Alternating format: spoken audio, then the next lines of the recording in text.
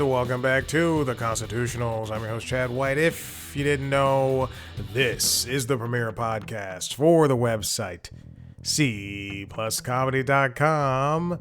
Like I just said, it's a website. Go there. I was rushing through that. Oh my goodness. I don't know what happened. Welcome back in. Here we are, episode 375. Is that true? I've so turned around today. I am ready. I'm ready for this day to be over. Oh gosh, I'm almost done with my 100 days of yoga, and it might extend to 365 days. So we will see. It is 374. Okay. Yeah. I was recording late night lately. These are so many. I just have a confluence of thoughts. I was recording late night lately, and I got halfway through the monologue when the mouse. This is a Logitech MX Master 3, and I have the MX Master keyboard. The mouse just decided, as it does on Mac OS, to the side scroll wheel to stop working. So I couldn't jump between the tabs where I keep the media for displaying on the video. If you've never seen Late Night Lately, it's a late night show, and I do a monologue now, and I have media with the monologue so that you could, so that viewers can see everything. And it was just not doing it. So I stopped, and then I restarted just from the beginning of the episode. And it still was not working. I stopped, and then I was like, what's going on? And then, because it does this all the time. It's so funny. People are like, oh, Windows does this, Windows does this. But man, at least I just want things to, work. I saw an article on The Verge, I think, where the author was like, this Windows laptop was about to die, and I put Linux on it. It had a whole new life, and I'm truly just butchering it. Hold on, what was it? But here it is. I saved a doomed Windows laptop by embracing Linux. If your laptop is stranded on Windows 10, the solution isn't a new laptop. It's a new operating system. It's written by Stevie Bonifield. But the thing is, there's nothing on... sorry, I'm responding to a message. There's, I have a Steam Deck, so I have access to Linux. And while you can download things like Firefox or VLC Media Encoder, it is just not applicable, the Linux operating system, to everything. Everybody's got different use cases, which is why, Windows is good for some stuff, like just general gaming, who I served under during Gears of War. And then during Call of Duty, it works for everything, but Gears of War was funnier. And then Mac OS is good for just computing in general. Just like very simple plug and play stuff. Not every piece of technology can fail you, though. Yesterday when I was cycling, oh boy, I knew this was going to happen. I have a second gen iPad Pro. I think it's second gen. I have a second gen iPad Pro, and it's still plenty fast. Not compared to these newer ones, but it's still plenty fast. So I'm just not upgrading just yet. And also, I have to. I have Google Fi on the S25 Ultra over here, but the iPad, how I was able to buy it was through Verizon when they had cheap tablet-only plans for like $15 a month. So I was able to purchase it, and then I paid it off, and so I just kept it. But now their cheapest plan is like $33 a month. It's insane. It's so God, it's so frustrating. So if I upgraded, I'd be paying like $70. Anyway, what was I talking about? Oh, but anyway, yesterday when I was cycling, I knew this was going to happen. I got home from the gym, and what I do is on Tuesdays and Thursdays, Tuesdays leg day, Thursdays boxing, and like basically tough cardio like sled and boxing sled, box jumps, battle ropes. What else do I do? Ladder, agility ladder, and some combination of, like plyo stuff and sandbags and med balls. Anyway, and resistance band, jumping or whatever. But which is all unnecessary information. And then I cycle immediately after, which is, yes, I'm tired all the time. People, yes, it's too much. I get it. I understand. Garmin tells me the exact same thing. I know. But anyway, I have to tend to restart the iPad because at this point in its life cycle, it is just even though it's a cellular iPad, it'll just like stop working on Wi-Fi. And this is the third one I've had. When I first got it, I had to go back to the Apple Store twice and return it and get a new one because the Wi-Fi module just was not working, or the cellular module is not working. And I do pay for Apple Care, but the only Apple Store anywhere near here is in Buckhead on Linux, and I'm just not going up there. Also, my car is having engine trouble, so I can't really go anywhere except for the store. So I tend to restart it if I know I'm going to do a longer ride. And it only stops working truly when I'm on the bike. When I have the Garmin HRM 600 paired to it, plus, and it actually did this before I got the heart rate monitor. But when I have like the bike paired to it, and it's running Wahoo, and it's running the Peloton app, and it's running, then it's connected to the heart rate monitor. And then it's also airplaying the audio to the Sonos speaker over there. It just stops working, and it happens occasionally, but it happens enough to where I have to prepare myself before I start the ride, just restarting the iPad, and that typically keeps me in the safe zone. But I was doing a 60-minute ride with Christian Van Velde yesterday, who is by all means the second best Peloton instructor there. It goes Matt Wilpers, Christian Van Velde, Dennis Morton, DT Hannah, Alex, not like in no particular order. After Dennis, it goes. Those are the ones I Hannah Corbin. Those are the ones I typically. Alex, the rower. What's his name? Alex Karvosky. Those are the ones I typically do, and Anna Greenberg. And then RIP to Kristen and Ross, my other two yoga people. Those are the people I tend to do because everybody else is a little mental healthy. Is too mental healthy for me. Anyway, and I was 40. I had 13 minutes left, right? I think. So I was 47 minutes in, and it just stopped. And I know it stops when the screen goes. Well, not the screen. When Peloton goes black. And then every single time, I stop the bike, I stop the watch, I stop Wahoo, and then I throw it on cellular, for my 1 gig. I throw it on cellular. That does not work, and it just spins and spins and spins. And then by that time, just the data from Wahoo is everything I can get, because that's where the heart rate monitor is going to Wahoo, and it was also going to Peloton, but it was going to Wahoo. And so I just have to essentially finish the ride, make sure it saves to Wahoo itself, restart the iPad. But to finish the ride, I finished the ride on like my phone. So I'll get my phone, finish the ride, make sure Wahoo has saved it, restart the iPad, make sure Wahoo uploads it to Strava, and then more often than not, almost all the data is there, like the cadence and the heart rate and the power, which are the important ones. It's just so frustrating. And then sometimes, technology fails us all the time. Whenever I pair the heart rate monitor to the rower over there, I have to do it in a very specific order, or else the heart rate will be all over the place.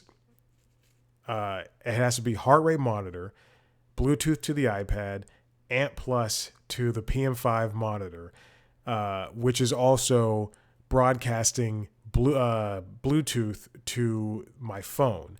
So and then I bought a phone holder for the top of the PM5 monitor, and then the official Concept 2 rower device holder for the arm. So I had to replace the arm on the rower.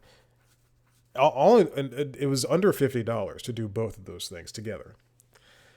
And now I'm just like looking at a tower of screens. It goes phone, PM5 monitor, iPad, and I have to load it up in a very specific order. It goes, it doesn't matter.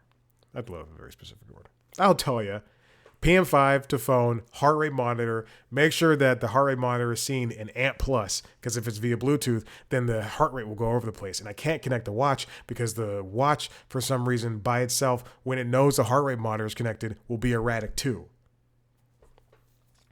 And that's more of a Garmin thing. It's just so frustrating. All of this is so frustrating. All this data for nothing. For me to go, look at my step loss count on this run. I don't even know what step loss is. But you know what? I bought the watch. I bought the heart rate monitor. I have to see this. Step loss. My cadence dropped. This week was pretty good for running off the treadmill because I take Maverick for runs before dinner, and he just wants to sprint the entire time. And first he doesn't want to do it. Then he wants to sprint. Then he doesn't want to do it if he knows you're not sprinting. And then we come home. I take a shirtless selfie with him, and we put up on Strava. That's our lives, man. Okay, let's get into the news so I can do some yoga. Because remember, I'm still in the middle of this. This comes from the New York Times. Reality TV confronts a harsh reality, written by my friend John Coblin. There's several years ago, actually, John Landgraf, who was the president of FX, the FX family networks on Disney, FX family of networks on Disney, owned by Disney, said that we were always in the golden age of television because there were 700 new shows a year, 800 new shows a year, 900 new shows a year. And then we got up to like 960 or 30, something like that. And then the bubble burst. But there were so many new shows. And when I say 700, 800, 900, I mean new shows, period. Not like new seasons, new shows. And a lot of those shows were reality shows. Yes, everybody was working at the time. Oh, it's great. Yes, there was a lot of great scripted shows, dramas, and comedies that either had a couple episodes or one season, or they're still running to this day. But reality shows made up a lot of that number. And we saw these shows basically become a boom. Now, scripted shows cost a lot of money. There's no way around it. Single camera shows, comedies are more expensive than multicams. Dramas are expensive because they're hour-long shows. You have to go on location, all this stuff. So shows are expensive. But when it comes to reality shows, the reason why there have been so many reality shows, and there still are a decent number of reality shows, which we'll get to in a second. I hate it when people do that, when things do that. When there's a decent number of reality shows, is because they're cheap. You can just send out a crew to follow this thing, tell a story, edit it, and post, blah, blah, blah. But now we're seeing a bit of a downturn to that. As Coblin writes, HGTV has been on a cancellation spree with Christina on the Coast and Bargain Block. MTV announced this month that Jersey Shore Family Vacation, which was basically a reboot of that Jersey Shore show, was ending after its 9th season. And then they also said they're ending the Catfish, the TV show, after nearly 300 episodes. This is, it's just insane to see that, according to Lumiate, a research group, reality shows, unscripted shows with season premieres have fell 15% last year to 794.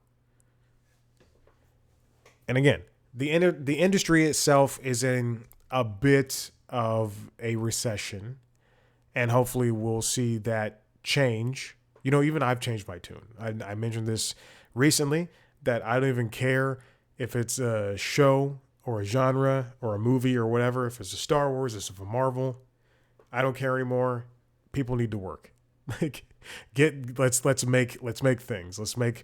I hope Mandalorian and Grogu is good enough so that they can continue making Star Wars so that people can continue working. I'm serious. I don't care at this point. People need to work.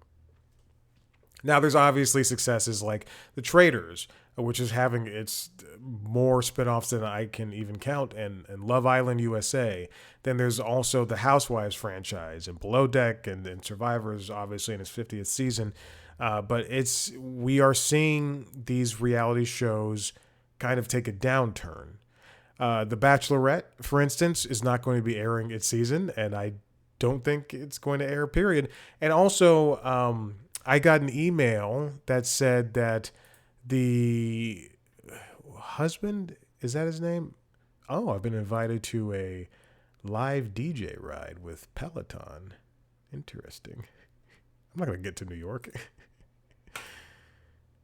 Well, I was just like, okay, time to go. What is the name of the boy who was oh, Jesus Christ.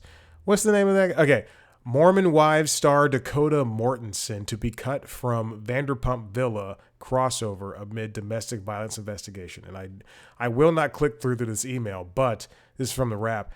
The Secret Lives of Mormon Wives star essentially is just going to be cut out of that show because of his domestic problems with Taylor Frankie Paul, who again can throw chairs at me all she wants. I'm kidding. In interviews, this Coblin continues, executives attributed the steep drop-off in total series to 3 issues: the rapid decline of cable, the continued momentum of YouTube and other digital outlets, and the industry's nearly endless consolidation. I do think that when YouTube is a big part of it, and other digital places like TikTok and the same, and even comparing to the adding in the rapid decline of cable, there's so many reality shows that live on Netflix. You know, there's Owning Manhattan, there's Love on the Spectrum, there's all this other stuff. But the problem is, comparing those to what's on cable, is that they are more or less very niche. Love on the Spectrum is so niche. Love is Blind is very niche. Owning Manhattan is something that I'm guessing that, in terms of why I watched the first season, and I'll get to the second season at some point, but in terms of why I watched the first season, it's because I like Ryan Searhunt, but B, I also used to watch New York tours of apartments, and I thought that stuff was fascinating, and we don't have that anymore because one of the YouTubers I watched, I was never subscribed to, but every couple of months I would search on YouTube for his name. He went crazy and he tried to kill somebody, I think, and he went full on insane. Connor. YouTube Connor. God, what is his name? Apartment guy. All right, Connor. I don't know his name. I truly don't know his name. Eric Conover. So I was very close. And then the other guy I watched, Cash. Oh God, I do this. YouTube Cash Apartment tour. Cash Jordan. He went straight up MAGA and AI, and he uses AI in his videos to tell stories about immigrants and all that stuff when his wife is in fact an immigrant and his mixed race children, which is wild to do. Anyway, so we have that, and then there's a guy on TikTok, I think, or I don't know. I see it on YouTube Shorts where he goes around and I don't know if these videos are fake or not, but he'll be like, "How much do you pay for rent in New York? Where do you live? Can I come to your house?" And then they'll show him a tour. I assume it's fake. And then in terms of the industry's nearly endless consolidation, that's a big part of it. HGTV in 2019 had as many as 78 original unscripted series. That number fell to 35 last year, according to Illuminate. Food Network used to make about 70 reality shows a year. That figure has been halved. The output for networks like Lifetime, E, MTV, and Oxygen has also crashed.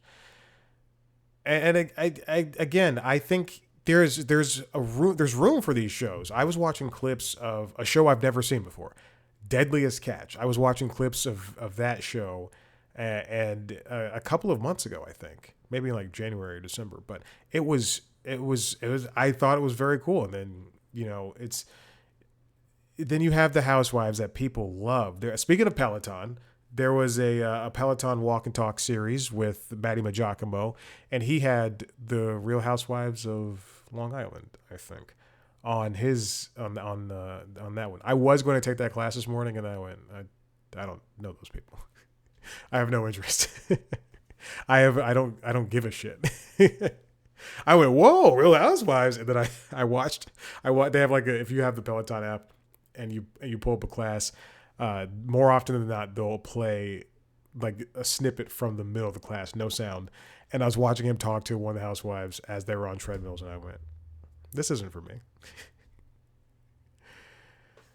I have a lot to say about Peloton, but this is not that type of show.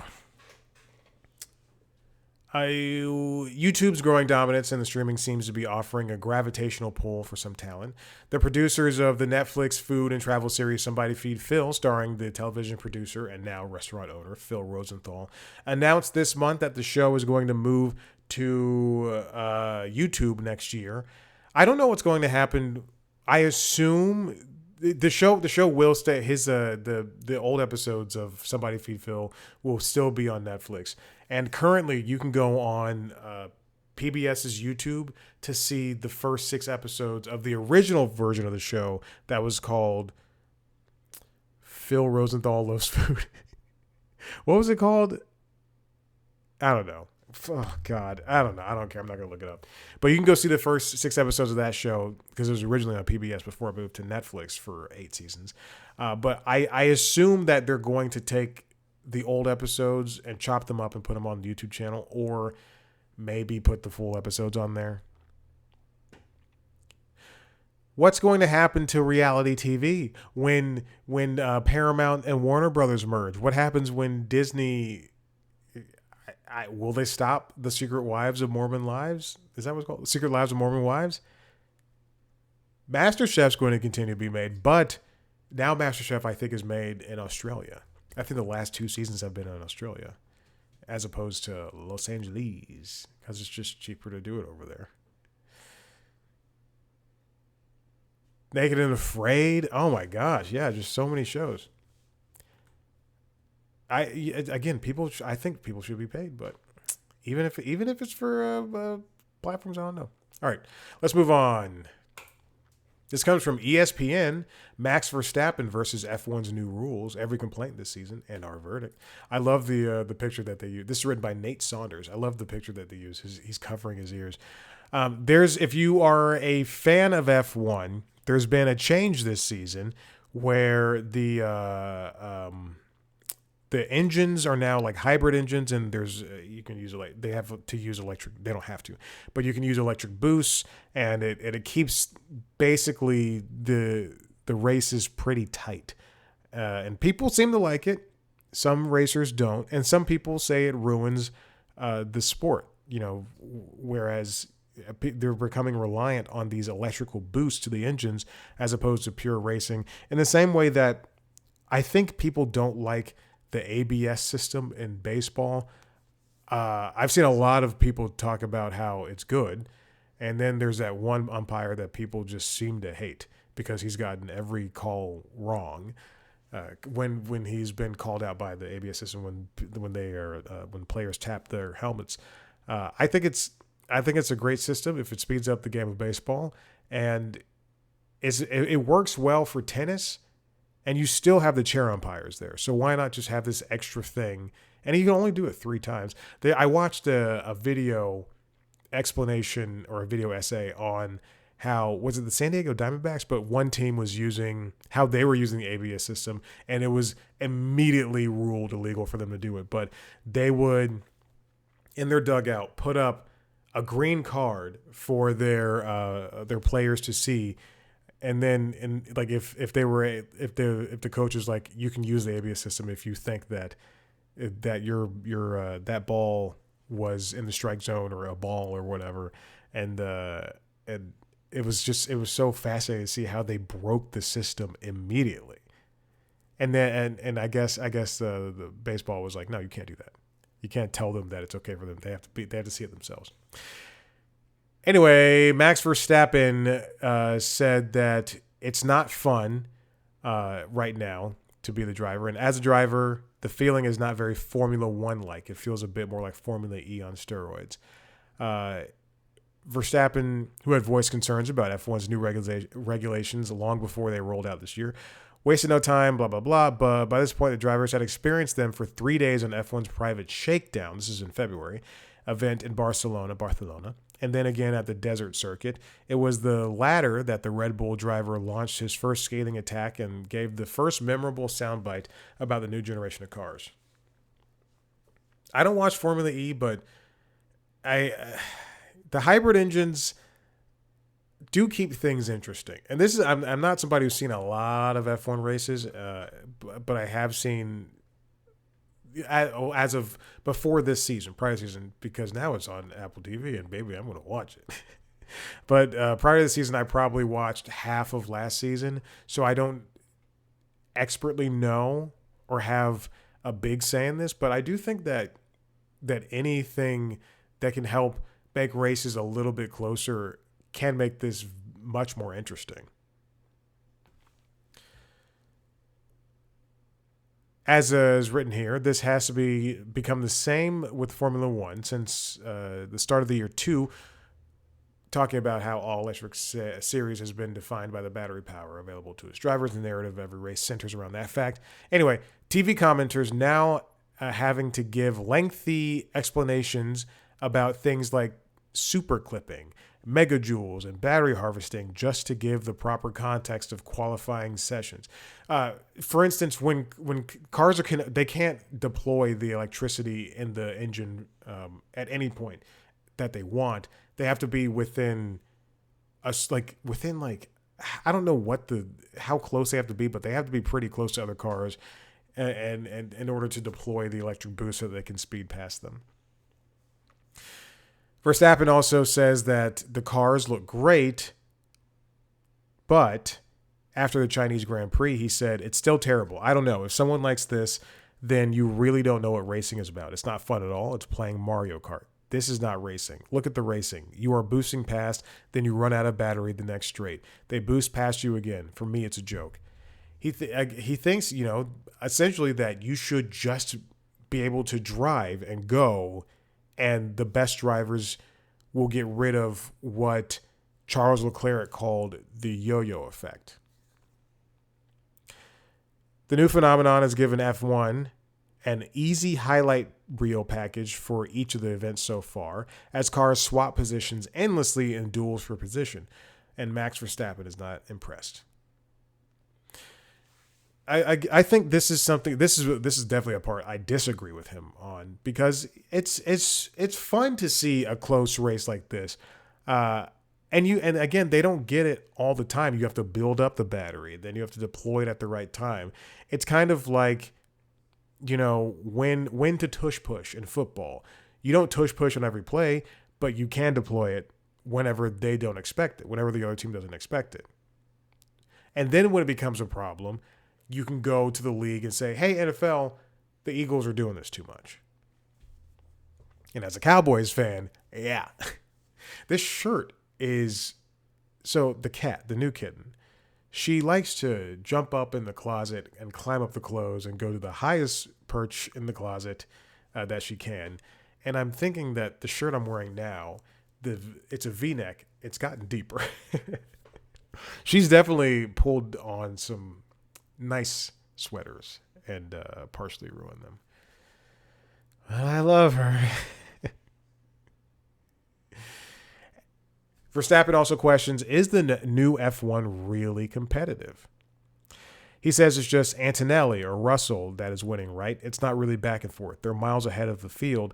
It's just that Ferrari sometimes has these good starts that they push themselves in front, and then it takes a few laps to sort it all out. Like I said, this has nothing to do with racing. And after watching these last couple of races, I have not seen the Japanese Grand Prix, and I've even avoided, I guess, spoilers. But there's not going to be any races for 2 months, right? Oh my gosh! So I'm just going to go ahead and watch it at some point over the next couple of days. But anyway, he's right. It is Antonelli or Kimi Antonelli and George Russell in the front at all points. That's how it's been.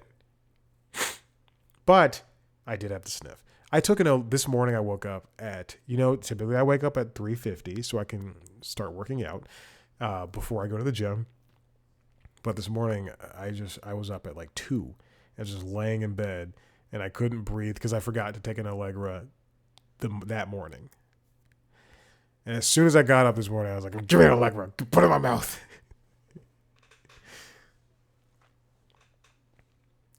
And the people that are winning are going to be happy. They're going to be praising this new thing. Lewis Hamilton was happy. He's like, I like it. This is great. But he was wheel to wheel with Leclerc in the sprint and Grand Prix for China, and he podiumed. Their verdict, the verdict that ESPN said is, I forgot who wrote this. Verstappen is correct about the 3 races. The 2 Grand Prix and a sprint have followed the same pattern, with Ferrari challenging early thanks to their great starts and then fading as Mercedes' superior power management and deployment comes into play. That's something to be said for an unpredictable future of the opening stints of races so far in terms of how the new cars are being perceived.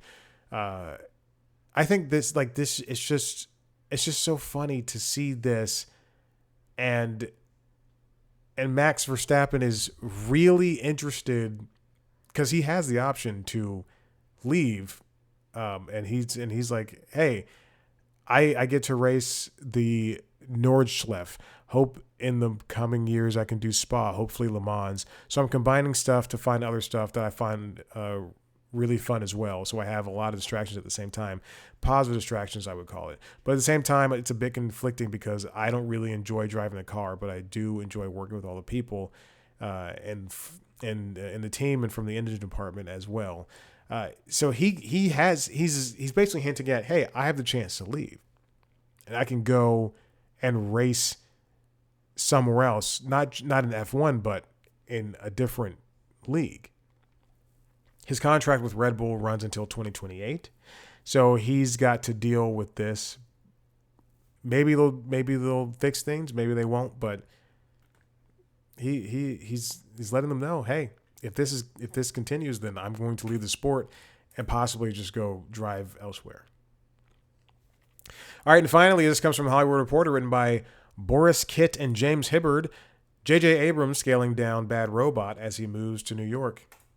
Bad Robot used to produce so much, and just like everybody else in the industry, they are experiencing a bit of a downturn, in production.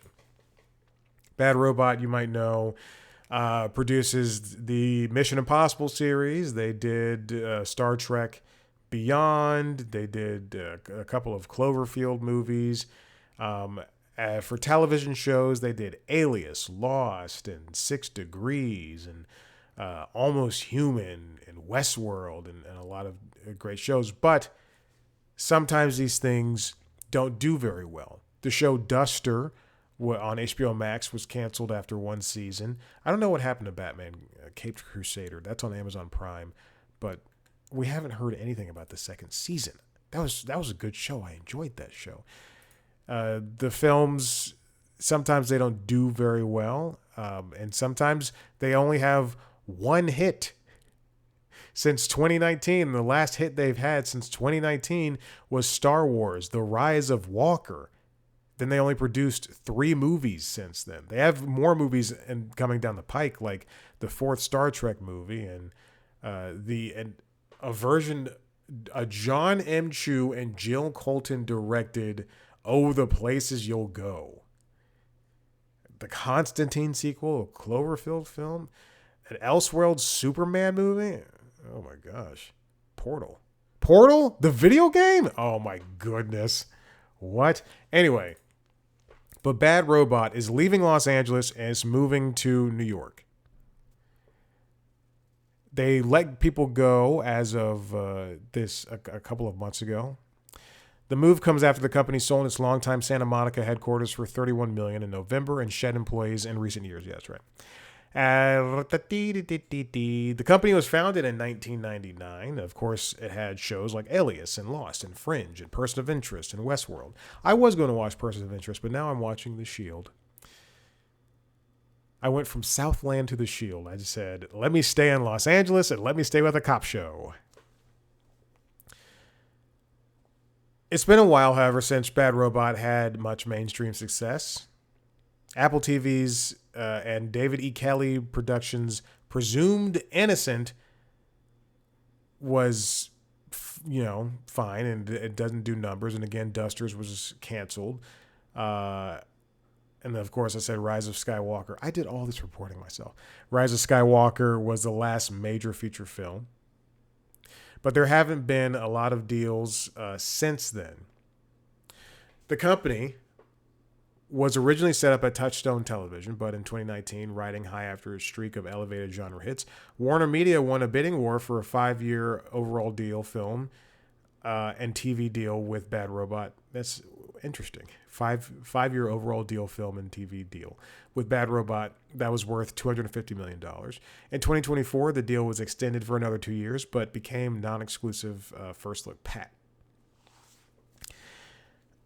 This is just an indication of where the industry is, and if it's hitting even one of the biggest producers in Hollywood, then obviously it's hitting everyone else too.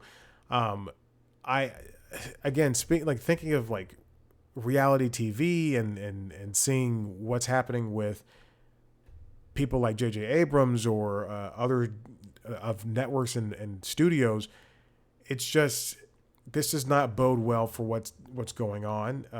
Shrinking the imprint is fine, and maybe at some point they can expand again, but this industry needs to right itself, and there's no way to do so until the larger companies at hand say that they want more from the industry. So it's kind of a catch-22 of sorts.